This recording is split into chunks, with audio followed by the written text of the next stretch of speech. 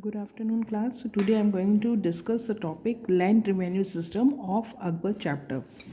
Akbar adapted Sheshah's system of land revenue but introduced many changes in it. I hope all of you remember I already explained to you the Sheshah's land revenue, and it was very famous that it is still today it is adapted by many villages. So, but he made few changes in it. He appointed Raja Todamal, who had served under Shesha as the chief revenue officer.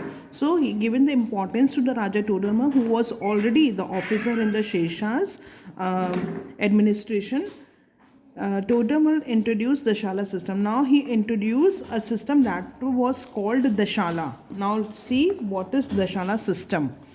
Under this system, the average yield and the average prices of different crops over the last 10 years was calculated. As the name suggested, is this Dashala. Dashala means 10. ठीक है, तो यहाँ पर क्या होता था, जो भी उनका जो प्रोडक्शन होता था that was calculated for the last 10 years. This is why it was known as the shala system, as in many Indian languages 10 means 10. The state share was 1/3 of average yield. ठीक है, जो गवर्नमेंट का जो इसमें participation होता था, यानी government को कितना मिलना चाहिए, 1/3, यानी कि जितना प्रोडक्शन होता है उसका 1/3 किसको जाएगा, गवर्नमेंट को. The quality of the land was considered while fixing the land revenue.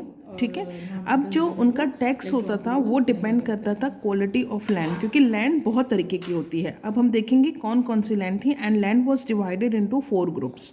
The first group was land which was cultivated continuously and which yielded revenue every year. ठीक है, तो फर्स्ट टाइप ऑफ लैंड कहती थी जिसमें लगातार खेती होती थी एंड जिसमें हमें प्रोडक्शन अच्छा खासा मिलता था every year.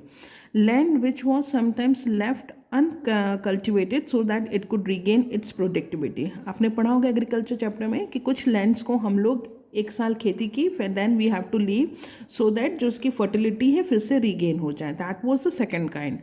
Now third one is land which was left fallow for 3 to 4 years and banjar which was not cultivated for 5 years. अब जो लास्ट के 2 ग्रुप्स हैं, जो थर्ड ग्रुप है उसमें जो लैंड को 3 से 4 साल के लिए छोड़ना है, और एक लास्ट टाइप की लैंड है जो 5 सालों तक उसमें कोई भी खेती नहीं होती है.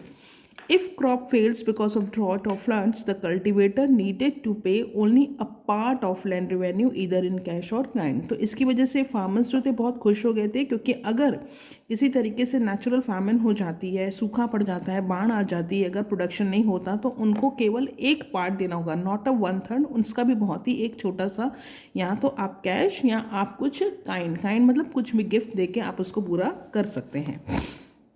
The land revenue system put in a practice by Akbar continue almost until the end of the 17th century. और जो land revenue अकबर ने इंट्रोड्यूस किया, it was continued till the 17th century. Now we will learn about the mansabdari system. Akbar reorganized the civil and military structure of his empire by introducing the mansabdari system.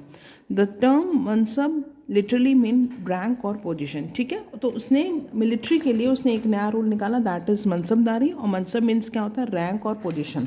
आप अभी भी जानते होंगे कि अभी भी हमारी जो आर्मी होती है, मिलिट्री होती है, उसमें भी बहुत सारे रैंक्स होती हैं, like lieutenant, captain, major, colonel.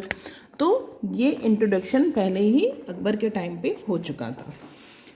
The holder of a rank was a mansabdar. ठीक है, जिसको रैंक मिलती थी उसको क्या बोला जाता था, मनसबदार.